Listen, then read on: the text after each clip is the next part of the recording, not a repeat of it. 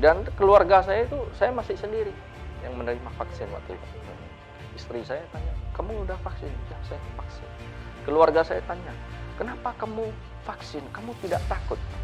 Saya bilang begini, kalau saya vaksin hari ini, kemudian 2 minggu lagi saya meninggal, kalian jangan vaksin.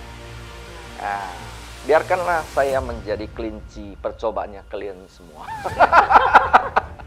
Kita ini kan selalu punya masalah ya mungkin dalam kehidupan ya.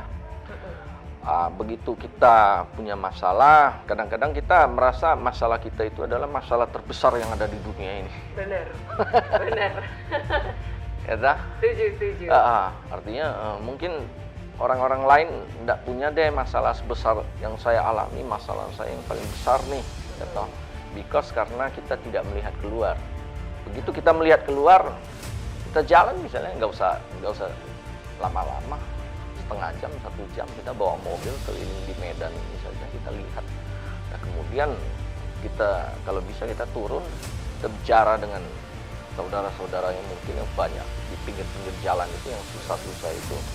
Coba kita bicara dengan mereka. Wah, ternyata masalah kita belum ada apa-apanya dibandingkan dengan yang mereka alami selama ini dan sepanjang hidupnya mereka bahkan.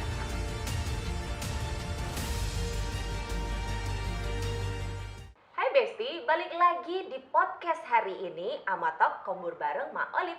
Hari ini kita kedatangan satu tamu spesial, aktivis yang sangat-sangat bisa dibilang terkenal di Kota Medan. Langsung aja kita kenalan sama Hendy Ong. Hai Ko. Halo. Halo. Ya, salam sehat. Salam sehat. Ya. Ini sebenarnya kita udah ulang beberapa kali ya.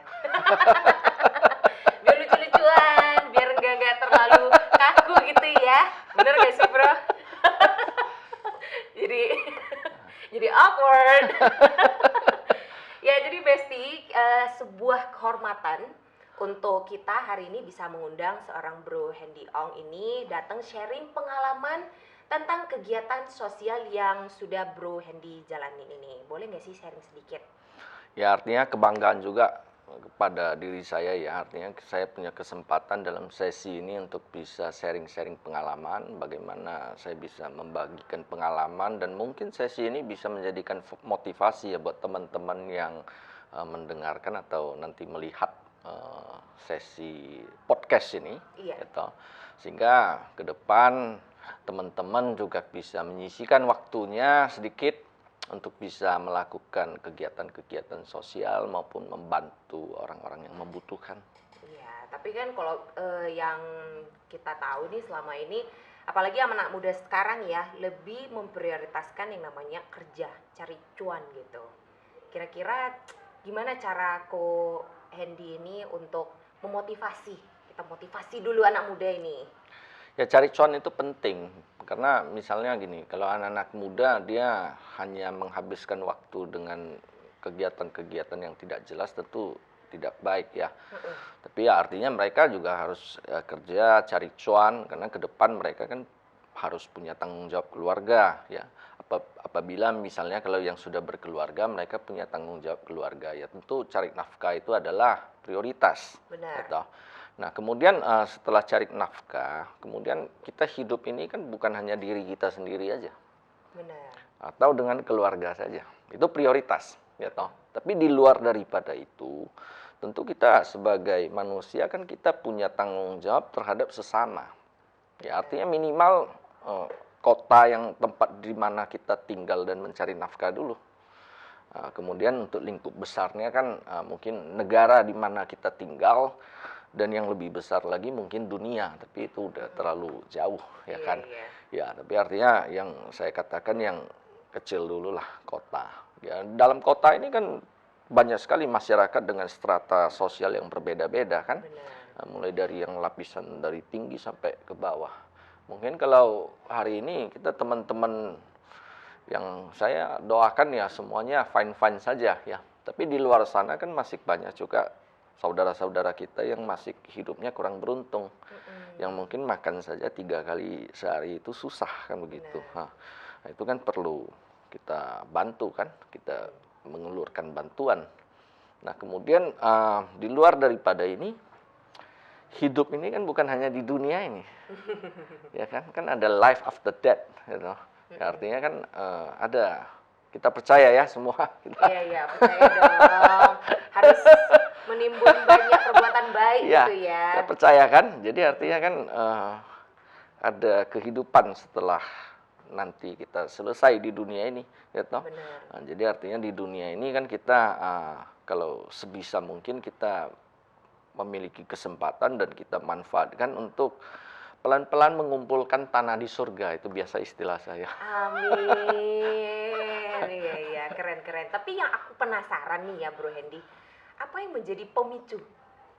Maksudnya pengalaman apa yang sehingga membuat Bro Hendy ini punya kepikiran, ya udah kita harus bisa bermanfaat, berguna untuk masyarakat. Pasti ada yang trigger dong. Ya, artinya kan gini, sebenarnya trigger di saya itu sebetulnya begini aja, sederhana aja. Kan kita kadang-kadang melihat sekeliling ya. Jadi artinya setiap kita ini kan selalu punya masalah ya mungkin dalam kehidupan ya. Begitu kita punya masalah, kadang-kadang kita merasa masalah kita itu adalah masalah terbesar yang ada di dunia ini. Bener, bener. Ya dah? Setuju. Artinya mungkin orang-orang lain tidak punya deh masalah sebesar yang saya alami, masalah saya yang paling besar nih, ya toh. Because karena kita tidak melihat keluar. Begitu kita melihat keluar, kita jalan misalnya nggak usah lama-lama, setengah jam, 1 jam kita bawa mobil keliling di Medan ini saja kita lihat. Nah kemudian kita kalau bisa kita turun, kita bicara dengan saudara-saudara yang mungkin yang banyak di pinggir-pinggir jalan itu yang susah-susah itu. Coba kita bicara dengan mereka. Wah, ternyata masalah kita belum ada apa-apanya dibandingkan dengan yang mereka alami selama ini dan sepanjang hidupnya mereka bahkan. Iya. Ya kan? Jadi kita harus bersyukur ya. Jadi artinya di sanalah kita dapat rasa syukur itu.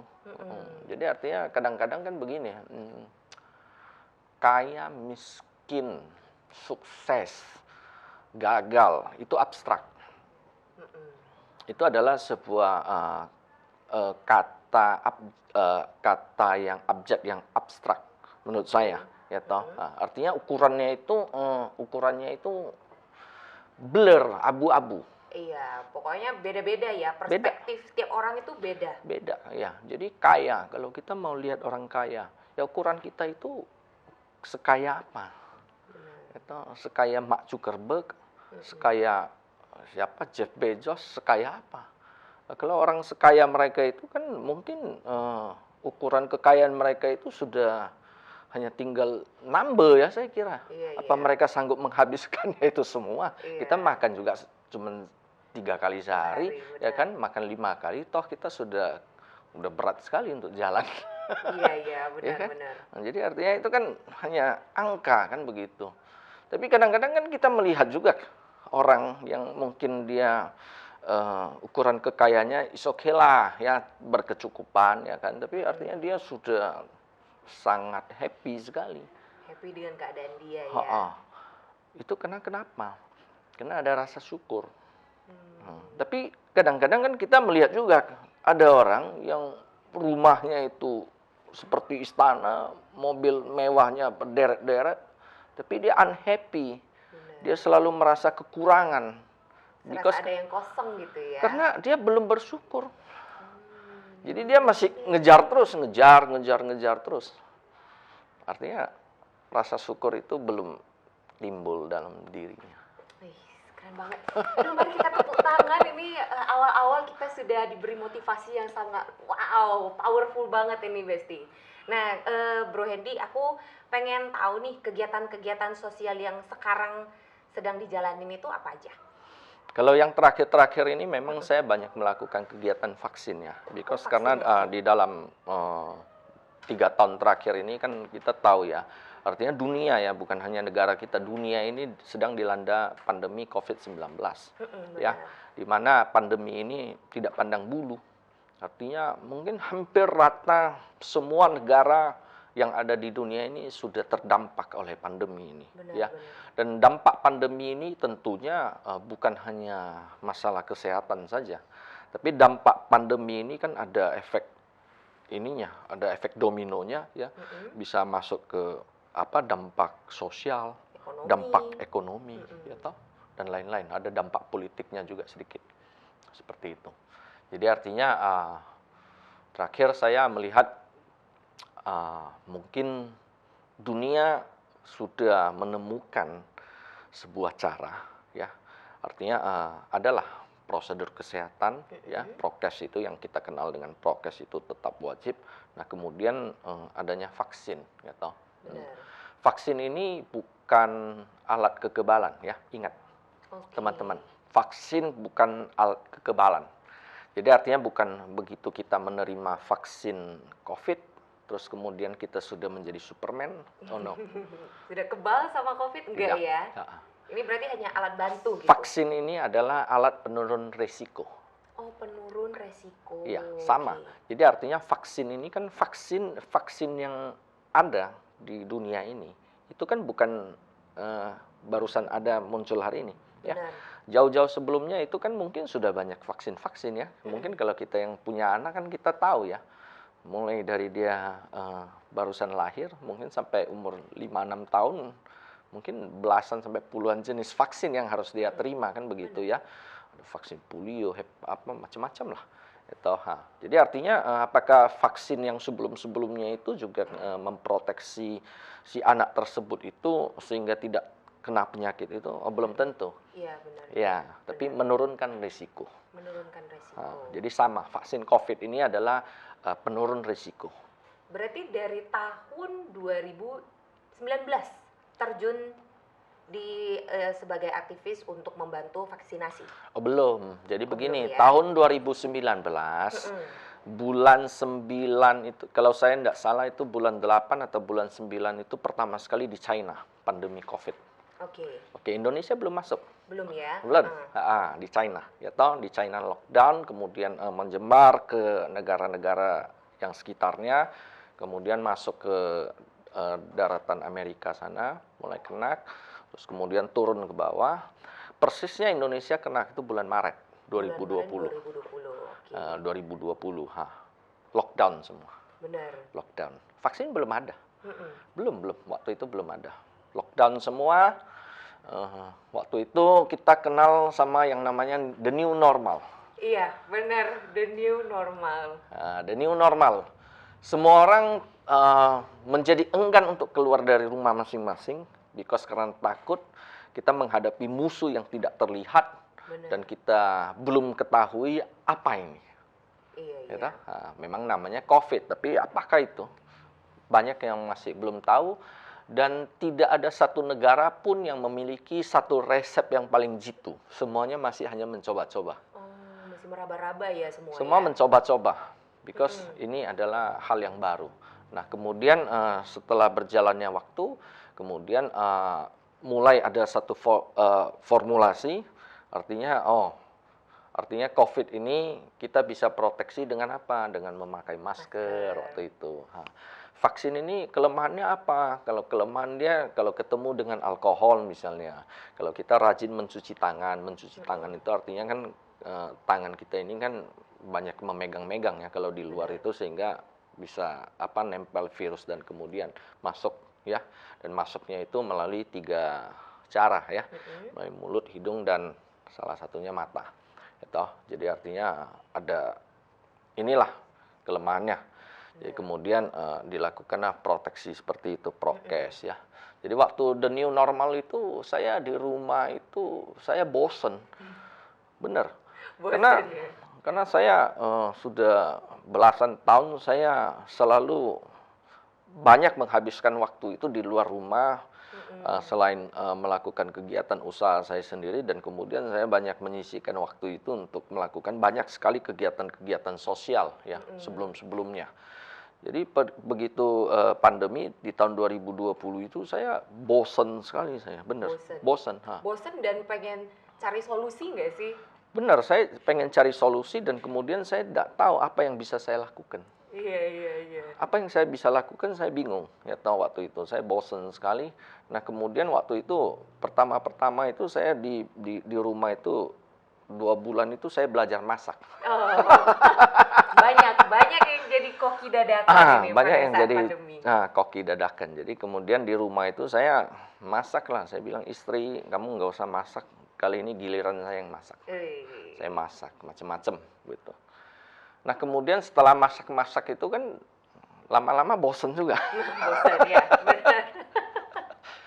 Lama-lama kan bosen juga. Nah, dilanjutkan dengan kegiatan lain. Apa itu kegiatannya? Jadi waktu itu saya beserta dengan teman saya namanya Johnson Lim, yaitu kami menggagas sebuah idea, yaitu kami buat itu 49 Entrepreneur Ready to Inspire. Ya, 49 entrepreneur ya atau pembicara ready to inspire ya toh. Jadi waktu itu kan kita tahu yang namanya aplikasi Zoom ya. Iya. Boomingnya di saat awal pandemi itu. Benar. Ya toh. Nah, kami kumpulkan 49 orang pembicara, mulai dari yang tingkat daerah sampai tingkat nasional ya. Waktu itu Pak Gubernur, Pak Wali Kota juga tampil sebagai salah satu pembicara di antara 49, Pak Tung Desem Waringin, itu banyak sekali lah, 49, luar biasa. Itu lebih kurang ada sekitar 30 itu yang kapasitasnya sudah nasional, Andre Wongso, dan lain-lain. Jadi 49 itu kita kumpulkan, kita running lebih kurang itu 2 minggu. 2 minggu. Running 2 minggu, jadi artinya setiap hari itu ada 2-3 orang pembicara. Di Zoom, kita buat di Zoom. Lebih kurang sekitar 5-6 jam satu hari. Tapi beda-beda pembicara. Jadi beda sesi. Satu pembicara itu lebih kurang 1-2 jam. Yang kebetulan Pak Tong itu pesertanya antusias sekali. Itu mungkin yang Pak Tong itu paling lama itu sekitar mungkin 5-6 jam baru selesai. Disuruh tambah terus. Jadi ya udah sampai malam itu 5-6 jam. Jadi 49 ini, 49 kita kumpulkan selama 2 minggu itu kita running, pendengarnya itu puluhan ribu dari seluruh Indonesia. Dengan tujuan? Tujuan kita enggak, artinya yang pertama itu karena sudah terbiasa mengisi waktu itu membantu orang, karena ini di rumah nggak bisa ngapa-ngapain, ya kan? Oh, jadi ini salah satu cara nyari ini loh. Nyari kegiatan. Nyari sesuatu yang bisa punya manfaat untuk orang banyak begitu. Benar, jadi topiknya itu juga macam-macam. Ya. Kadang-kadang kita bicara topik kuliner. Kita undang inilah bos-bosnya grup kuliner raksasa yang ada di Jakarta itu. Yang punya Sour Sally apa segala macam. Nah, kemudian kalau waktu kita bicara properti, kita ngundang bos-bosnya properti. Waktu motivasi ya mungkin ya Pak Tong lah, Pak Andre Wongso lah. Waktu kita ngomong marketing kita panggil James Gui, ya kan. Jadi artinya topiknya itu macam-macam. Sampai pajak pun kita bicarain. Benar, pajak kita bicarain juga. Saya panggil beberapa orang konsultan. Dibungkus dalam 2 minggu ya. Iya, konsultan konsultan pajak yang top kita panggil, kita ini lakukan di acara ini kan begitu. Jadi 2 minggu ini kita berikan full edukasi kepada seluruh masyarakat Indonesia dimanapun mereka berada yang punya waktu ikut di Zoom. Mereka punya kesempatan untuk belajar gratis. Gratis loh. Gratis ya. Nggak bayar, gratis. Gratis. Jadi setelah kegiatan ini, bulan berapa itu tepatnya Bro Hendy ini langsung terjun dalam vaksinasi? Itu bulan berapa kita di Indonesia? Oh ya, bentar. Jadi di acara ini kami dapat rekor muri. Oh, Dapat rekor muri waktu itu. Karena acara yang artinya berbasis online, yang kita sanggup mengumpulkan begitu banyak pembicara di dalam satu event, ya. Karena kalau eventnya offline itu mau ngundang 49 yang top ini susah banget. Benar. Berapa bayarannya? Mahal. Jadi ini nggak berbayar juga? Ini semua pembicaranya kebetulan tidak ada satupun yang menerima bayaran. Mereka gratis. Kita hanya kemukakan ide kita dan mereka langsung mungkin mereka bosan juga ya di rumah. Ya kan, karena nggak ada undangan untuk, biasanya kan mereka tampilnya offline kan begitu kan, diundang di acara untuk ngomong-ngomong terus dibayar. Kemudian mereka di rumah udah berbulan-bulan nggak ada yang ngajak dia ngomong, kadang-kadang dia kan enek juga ya. Jadi begitu dapat tawaran dari kita, udah mereka sambut aja. Dan kemudian kami bilang kami ini non komersial loh. Dan kami nggak cari duit. Ya tuh, udah nggak apa-apa, gratis. Ya wes. Memang ada beberapa juga pembicara yang minta uang, tapi karena yang dia ngotot minta uang, terakhir kami nggak ikutkan. Oh, begitu. Gitu. Keren loh, sampai dapat rekor muri loh ini Besti. Ya, Memang, dan saya sambung kembali pertanyaan tadi itu masuk ke vaksin. Ya, vaksin itu di tahun 2021 Indonesia masuk. Jadi kita yang pertama itu kita harus berterima kasih dulu kepada Presiden kita, Bapak Joko Widodo. Karena beliaulah yang punya inisiatif begitu cepat ya. Di antara negara-negara di Asia Tenggara, Indonesia itu adalah yang tercepat ya. Yang kita tercepat waktu itu langsung mengatakan oke, siap kita pesan vaksin. Waktu itu dari China, Sinovac. Ya, dia langsung kirim Bapak Erick Thohir, Menteri BUMN waktu itu ke China untuk bicara bagaimana proses untuk pemesanan vaksin ini. Karena vaksin ini tentu waktu itu kan produksinya kan belum banyak, ya toh. Dan ini menjadi rebutan banyak negara ya di dunia ini. Tentu ada masa tunggu kan begitu.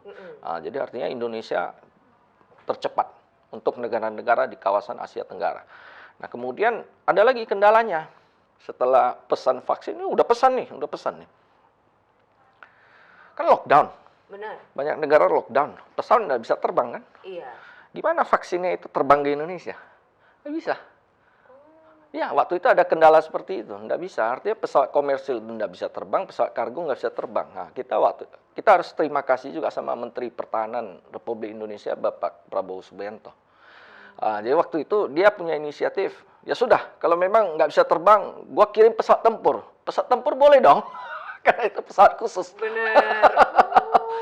Jadi Pesawat khusus. itu ceritanya. Itu pesawat khusus kan, artinya tidak boleh dihalangin sama regulasi lockdown dan lain sebagainya. Itu kan hanya untuk komersil dan kargo. Kalau pesawat tempur ini kan urusannya khusus kan begitu. Jadi pesawat tempurnya Indonesia itu terbang ke China itu hanya untuk ngangkut vaksin pulang ke Indonesia. Jadi di bulan 1 Januari 2021 itu Bapak Presiden Joko Widodo adalah orang pertama di Indonesia yang menerima vaksin COVID di bulan Januari. Nah, kemudian pada saat itu langsung ya artinya untuk yang kalangan pejabat-pejabat dan kemudian vaksin ini didistribusikan ke daerah-daerah termasuk salah satunya Sumatera Utara. Nah, kemudian itu sudah dibagikan, tapi belum untuk masyarakat umum waktu itu, ya masih hanya khusus untuk pejabat, kemudian pegawai negeri pun tidak semua, tapi artinya ASN yang dia punya artinya tingkat risikonya tinggi, yang dia berhadapan dengan orang banyak. Ya, contohnya nakes, ya, nakes misalnya contohnya yang bagian di bandara atau apa ya. Yang seperti itu ya. Jadi kebetulan saya ini termasuk orang yang hoki. Saya orang yang beruntung. Jadi waktu itu terima kasih juga kepada Bapak Gubernur Sumatera Utara, Bapak Edi Rahmayadi. Waktu itu saya punya kesempatan, saya diberikan kesempatan untuk mendapatkan vaksinasi di periode yang sangat-sangat awal sekali. Sangat-sangat awal. Jadi artinya masyarakat umum itu belum ada yang menerima. Saya ini udah nyelonong gitu, udah dapat privilege. Jadi karena begitu saya dapat privilege seperti itu, saya pulang, saya berpikir mungkin ini Tuhan bantu saya kan begitu, ya. Dan keluarga saya itu saya masih sendiri yang menerima vaksin waktu itu. Istri saya tanya, kamu udah vaksin? Iya, saya vaksin. Keluarga saya tanya, kenapa kamu vaksin? Kamu tidak takut? Saya bilang begini, kalau saya vaksin hari ini, kemudian 2 minggu lagi saya meninggal, kalian jangan vaksin. Biarkanlah saya menjadi kelinci percobaannya kalian semua.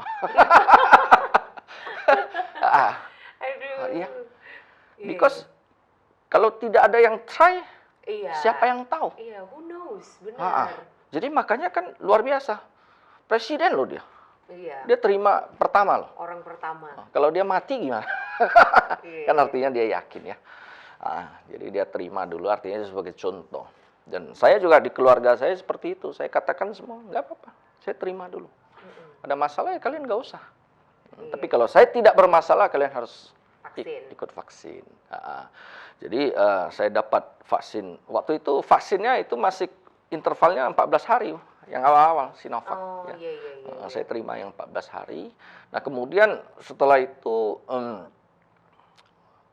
saya dapat 2 kali vaksin. Ini masyarakat Belum ada. belum ada yang vaksin ini, Belum ada sama sekali, belum masih TNI, Lanakes apa macam-macam segala macam. Terus kemudian kita bicara juga dengan Pak Gubernur waktu itu, boleh dong buka dengan masyarakat gitu.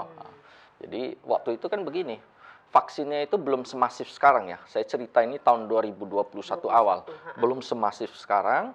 Jadi waktu itu yang boleh melakukan vaksin itu masih hanya dinas kesehatan provinsi atau dinas kesehatannya kabupaten kota. Tupoksinya waktu itu masih seperti itu. TNI Polri itu belum dilibatkan. Masyarakat umum belum dilibatkan. Ya toh artinya belum dilibatkan. Jadi waktu itu kita mengambil inisiatif, ya sudah. Kalau misalnya hanya Dinkes saja, ini tentu gerakannya kan tidak bisa terlalu masif, punya keterbatasan, ya toh. Jadi waktu itu saya katakan, ayo dong kita buka saja, kan begitu. Jadi waktu itu Pak Gubernur mengiyakan, dia bilang ya udah kamu bantu gitu. Jadi beserta dengan salah satu teman kita, saya terima kasih dulu dengan Ibu Ain waktu itu.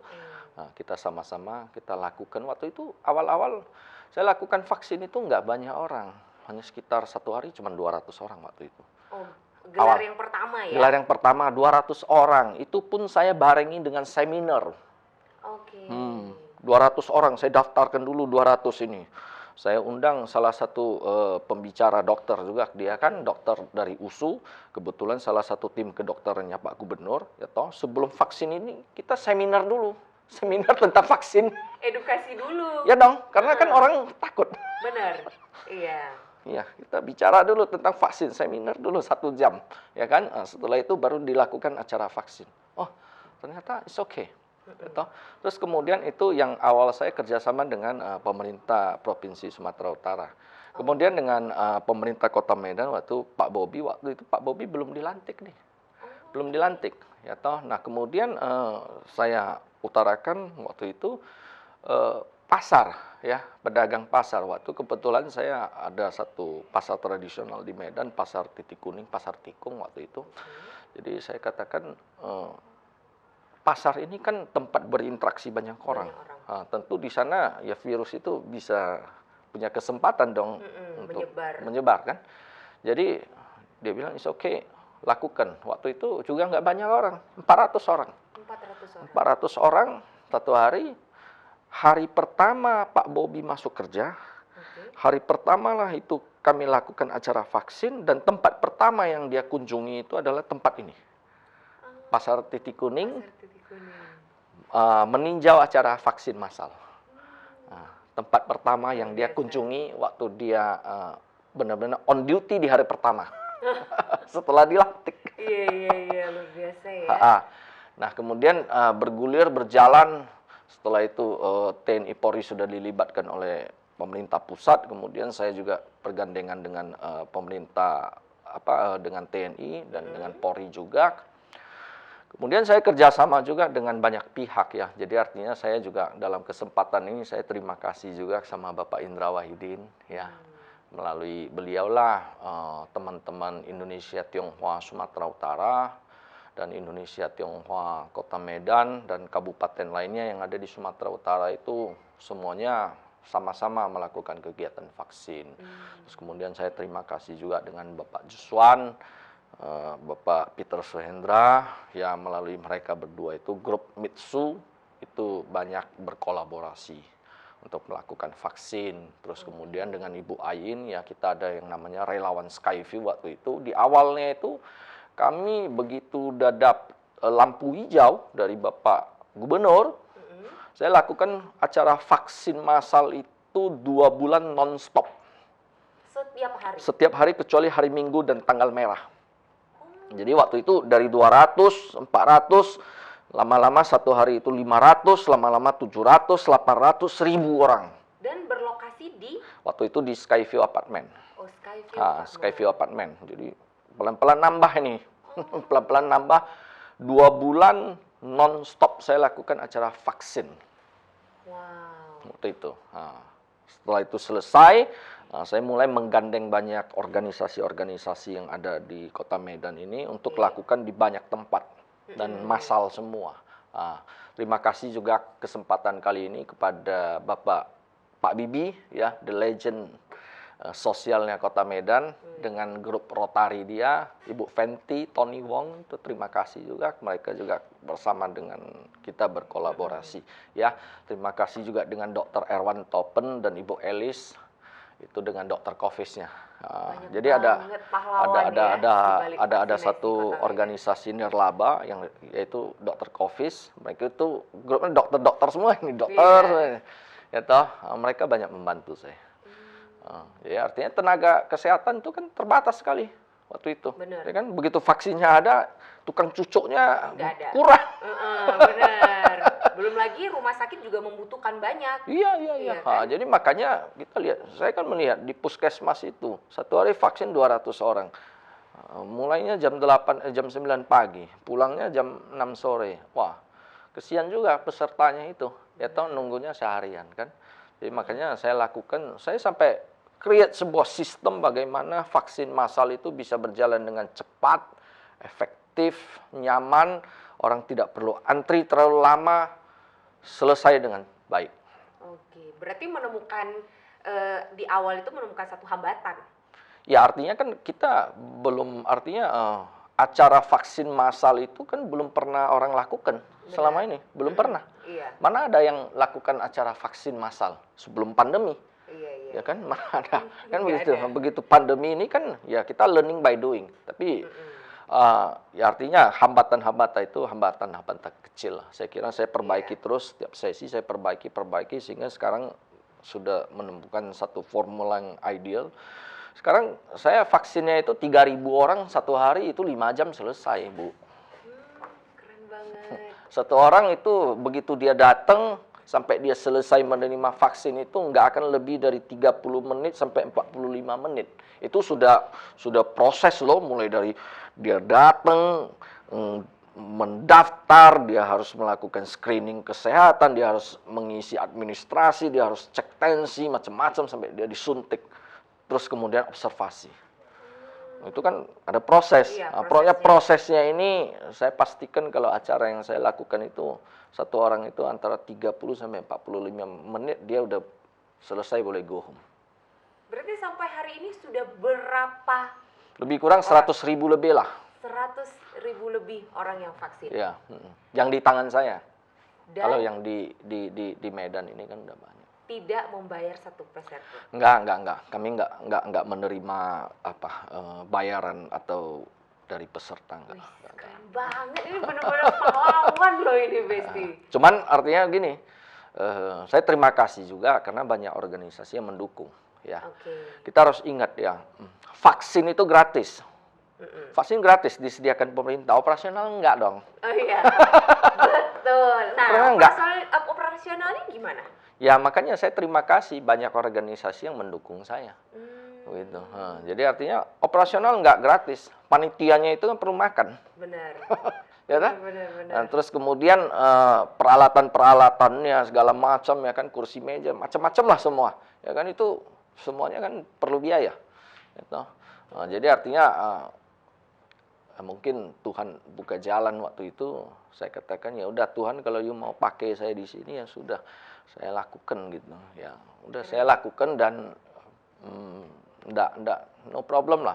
Tuhan bantulah, Tuhan bantu itu semua, Tuhan buka jalan semua. Artinya apa yang kita butuhkan semuanya Tuhan cukupkan semua dan kita nggak susah mau nyari ini. Kadang-kadang saya sampai yang beberapa acara terakhir itu saya ini nolak makanan gitu loh, bener.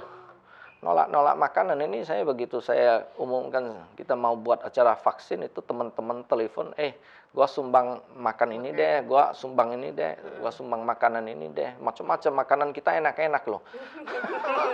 Ya kan? Jadi panitia vaksin kalau yang ikut saya itu rata-rata semua itu grup relawan Skyfield sudah tahu itu mereka berat badannya bertambah itu. Makanan enak-enak. Relawan malah Iya. bertambah ya. Makanan enak-enak diantar begitu sampai saya udah yang khusus sesi ini udah cukup, nanti you next aja lah, next chance lah. Begitu ya kan, ya berlomba-lomba mau minuman apa segala macam yang enak-enak yang terkenal semua. Orang berlomba-lomba berbuat baik ya. Iya, artinya ya virus kebaikan ini Benar. menyebar. Ya, jadi di bulan 8 tahun 2021 itu masuk Delta, kemudian memuncak waktu itu lockdown total, PPKM darurat itu namanya, ya kan? Ada gerakan Warung Medan Peduli dengan Bro Agus yang bawa saya kemari.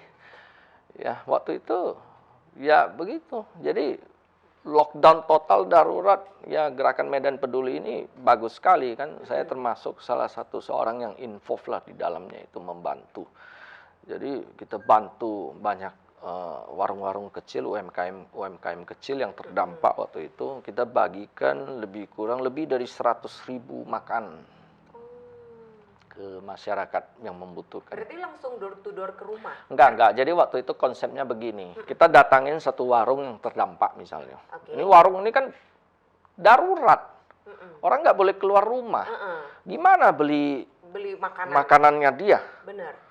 Sedangkan dia itu hidupnya itu kadang-kadang kita cerita sama mereka itu dia punya anak di rumah ada 4 orang, ada 5 orang. Penghasilan satu-satunya dari jualan di warung itu.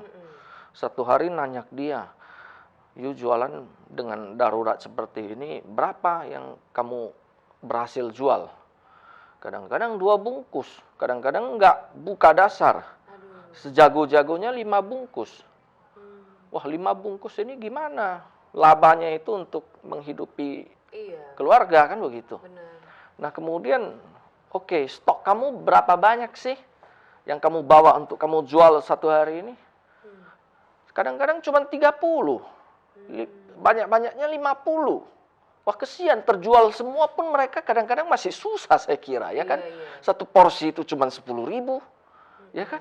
Terjuallah semua, cuma 500.000 loh. 500.000 itu bukan untung semua loh. Iya, benar. Potong modal macam-macam itu sisa berapa kan. Jadi waktu itu ya ada gerakan Medan Peduli ini. Banyak sekali relawan-relawan, anak-anak muda, orang-orang baik di Kota Medan ini tergerak begitu. Yang masuk banyak donasi yang mau memberikan tenaga itu juga banyak. Sampai ada berapa ratus orang, saya kurang ingat. Itu berantusias sekali, antusias. Dan kemudian kita gerakan Warung Medan Peduli ini dengan masif. Ya, konsepnya sederhana. Kita datangin warung, kita nanya, stokmu ada berapa Bu, Bapak, hari ini? 50. Kita beli semua, cash. Bayar semua, dibuat. Dia buatlah semua. Oke, ini lu nggak boleh jual lagi, karena udah kita beli. Benar. Kita nggak bawa pulang. Kamu bagikan kepada masyarakat sekitar kamu. Sampai habis. Begitu habis kamu sudah boleh pulang. Gitu Nah, caranya. relawan kita ada yang membantu membagi, ada yang dia juga sendiri turut membagi. Nah, jadi artinya ini two ways. Ya. Kita memberikan berkat kepada si pemilik warung itu, dan kita mengajak pemilik warung itu juga membagikan berkat kepada masyarakat sekitarnya yang membutuhkan. Benar. Itu total lebih kurang ada 100.000 lebih lah saya kira. Keren. Luar biasa. Waktu itu ya bulan 8 2021. Bulan 7, bulan 8 puncaknya itu kita selesainya itu adalah pada saat 17 Agustus tahun 2021. Kita penutupan waktu itu memang Delta sudah mulai menurun dan PPKM darurat itu sudah turun statusnya menjadi 3 dan 2. Jadi kalau untuk sekarang kegiatannya masih vaksin juga? Kalau sekarang ini kan pemerintah sudah satu programnya vaksin booster kan. Booster, Artinya benar. dosis 1 sudah, dosis 2 sudah. Ya, artinya dosis 1 dan dosis 2 itu tingkat ininya penerimaannya itu sudah tinggi sekali ya di Indonesia, itu sudah 70-80%. Ya toh, jadi artinya ini sudah masuk ke vaksin booster. Jadi memang ya saya ini udah banyak sekali melakukan kegiatan vaksin booster sekarang. Lanjut booster lagi Lanjut ya. booster. Berarti kalau ada besti-besti Kota Medan yang mau booster bisa langsung cari. Boleh, ya Oke. boleh hubungin saya aja, hubungin saya ya kan. Kalau ada yang udah tahu nomor telepon saya lah atau enggak DM saya atau macam mana terserah lah. Pokoknya saya bantu orang, saya nggak kenal siapapun itu, bukan hanya orang kaya yang saya kenal semua. Artinya saya nggak pandang bulu strata sosial semua nggak. Pokoknya artinya kita bantu betul-betul ya kan. Kalau yang cari saya semua, saya nggak tahu siapa aja yang cari saya, handphone saya ini terbuka terus. Ya cuman memang saya agak saya banyak menyarankan kalau yang cari saya itu via WhatsApp chat lah. Karena kalau telepon kadang-kadang saya sibuk, saya nggak terangkat, kesian mereka. Tapi kalau mereka chatting, saya nanti begitu saya ada waktu, saya akan balas satu persatu. Jadi kalau waktu tahun 2021 lah, waktu itu masih puncak-puncaknya vaksin ini, banyak yang ngejar-ngejar apa segala macam itu kalau saya satu hari dicari 200-300 orang biasa. Wah. Saya sekali balas chatting itu ya 200-300 itu kadang-kadang saya dari jam 5 pagi itu dicari orang sampai jam 1:30 malam, jam 2 tengah malam begitu. Iya. Keren. Jadi ya Jiwa udah. sosial tinggi Jadi banget. saya bilang chatting aja ya, karena kadang-kadang mereka ada yang nyari vaksin waktu itu, ada yang udah selesai vaksin kemudian dia sakit, ada yang ya case-nya macam-macam lah. Wah, jadi saya layani lah semua. Tapi saya via chatting saya bilang karena supaya saya tahu rekod percakapan, karena saya satu hari 200 orang, 300 orang cari saya, sebulan itu berapa ribu orang, Iya, saya nggak inget. Iya, Saya benar. memori saya yang Pentium berapa begitu. Faktor U ya, faktor U. Jadi nggak akan ingat. Jadi ya misal kalau by chatting itu kemudian misalnya dia suatu hari cari saya lagi, saya scroll ke atas, saya tahu oh ya rekodnya begini, oh dia punya case begini segala Iya. macam. Nah, saya sudah nyambung waktu bicara dengan dia, ya mirip-mirip dokter lah. Ya kan Konsultan jadinya, konsultan. dokter kan begitu kan, Iya, dokter benar. itu kan selalu nanya udah daftar belum? Oh udah daftar ya, kemudian dia kasih kertasnya, dia tulis begitu kan, dia simpen, nggak boleh lu bawa pulang kan. Nah, begitu lu datang kedua, ketiga, keempat kali kan dia nanya lu siapa begitu, dia ambil lagi kertasnya kan, dia lihat oh dia inget semua gitu. Rekam medisnya semua Iya, ya terlampir ini ya. mirip-mirip lah, ini belajar dari dokter lah. Jadi untuk saat ini, Bro Hendy, kalau yang mau booster itu biasanya seminggu sebelumnya itu udah ada himbauan atau ada? Ada. Biasanya kami dari WhatsApp atau dari media sosial lah, banyak kita share ya. Di Instagram juga ada berarti? Banyak di Instagram, di apa segala macam ada. Dan biasanya kalau yang di Medan ini kalau ada yang lakukan kegiatan vaksin yang besar-besar ya, misalnya yang ribuan-ribuan itu biasanya ada saya di dalam gitu. Jadi saya memang terakhir udah jarang-jarang nge-share ya. Saya jarang-jarang nge-share karena saya kira saya harus edukasi teman-teman juga ya. Artinya ilmu ini harus duplikat semua. Jadi sehingga mereka yang banyak nge-share semua. Jadi biar saya tanggung jawab di operasionalnya acara vaksin begitu. Jadi makanya saya pribadi saya jarang sekali nge-share. Karena kadang-kadang kalau saya nge-share juga nanti dari yang 200-300 orang jadi 500 orang. Saya Jadi membludak semuanya ya kalau ya? terlalu membludak kan saya susah kan menjawab Benar, satu-satu benar. kan.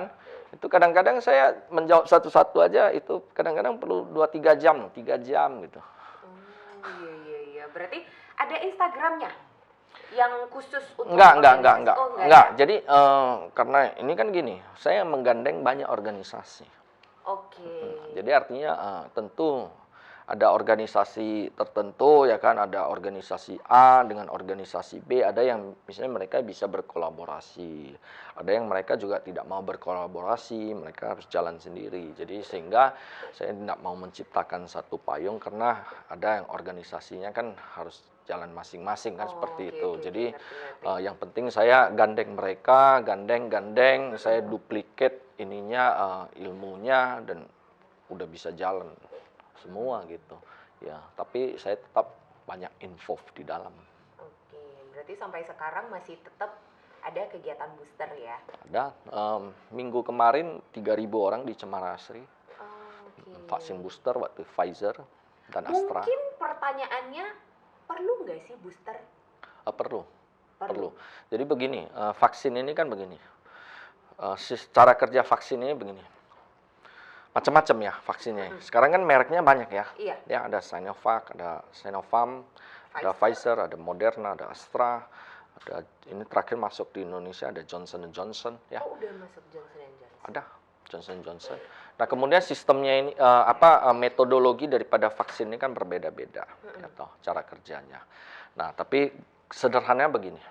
Vaksin ini dimasukkan ke dalam tubuh itu untuk merangsang menciptakan antibodi.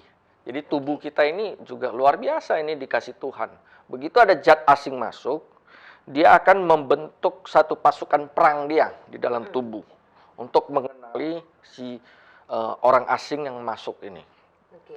Karena vaksin ini tentu ada yang misalnya yang seperti Sinovac ini vaksin virus utuh yang di nonaktifkan ya. Kalau yang Pfizer Moderna itu adalah kepingan DNA ya toh yang dimasukkan. Jadi sehingga si pasukan dalam tubuh kita ini mengenali zat asing ini. Dia akan membentuk satu pasukan untuk melawan ini. Jadi dia pelajari dulu siapa ini yang masuk. Jadi dia pelajari, setelah dia pelajari dia buat pasukannya di dalam tubuh kita. Ya toh? Nah, kemudian yang namanya pasukan ini kan lama-lama bisa berkurang. Misal contohnya tiba-tiba dia masuk virus beneran nih. Iya. Ya. Ini kan perang sama dia. Kalau perang ini kan tentu ada yang mati. Mati. Ya kan? Dia antibodi kita kan berkurang. Nah, terus kemudian misalnya yang proteksinya ketat sekali. Ya toh, prokesnya dia jaga prokes juga. Apakah pasukannya ini bisa berkurang? Bisa juga. Bisa, ya. Kenapa bisa berkurang? Ya, pasukannya dia udah ngumpulin 100.000 pasukan siaga perang. Dia nunggu 3 bulan. Kok kagak datang musuhnya ini kan? Lama-lama kan mereka ngantuk pulang. Bisa Berkurang. itu. Nah, ini Oke. apa ya? Ya, Pengertian gitu. sederhananya. Berkurang nih, berkurang. Nah, jadi karena dia berkurang, makanya diperlukan vaksin booster. Artinya untuk menambah kembali antibodi kita. Sebelum vaksin booster, kita perlu nggak sih untuk cek antibodi dulu? Begini, biasanya kan kita kalau dulunya saya selalu menyarankan orang, tapi bukan sebelum. Kalau yang sebelum itu biasanya no. Oh, sebelum biasanya. Tapi setelah dilakukan vaksin, cek. Tapi itu kalau yang booster sekarang sih saya nggak terlalu banyak menyarankan lagi. Tapi waktu dulu vaksin 1 dan vaksin 2. Jadi waktu vaksin 1 dan vaksin 2 itu saya sarankan kepada teman-teman yang melakukan vaksin, kalau bisa kalian setelah 1 bulan setelah vaksin, kalian lakukanlah cek antibodi. Kita lihat kenaikannya itu seberapa tinggi kan begitu. Dan ternyata saya ada dapat satu case itu dia udah 2 kali vaksin, dia tes antibodi 0. Oh iya? Kok bisa? Macam-macam faktornya ya.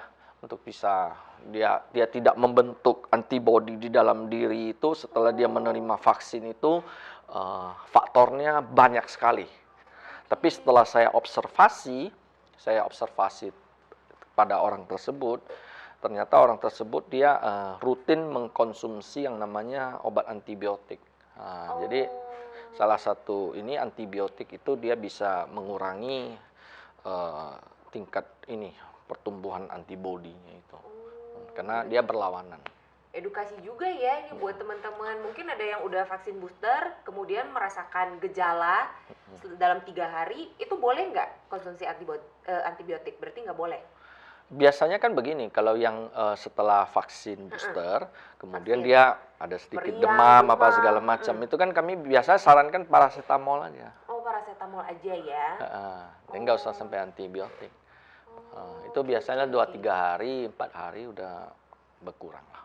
Oh, Nggak edukasi usah juga, pakai bener. antibiotik, karena antibiotik itu dia lawan dia. Mm-mm. Dia lawan dia berkurang ini. Makanya ada yang eh, ada mungkin pesan-pesan waktu itu untuk vaksin ini, apa yang sudah menerima vaksin jangan konsumsi alkohol, pernah dengar kan? Iya, iya. Ya Kopi, sepertinya. Kopi nggak bener lah. Jadi katanya sebenarnya kopi, soda. nggak. Enggak ya? Itu nggak boleh kalau kalau minum sendiri. Kalau ngajak saya dong. Oke, oke. Bisa, bisa.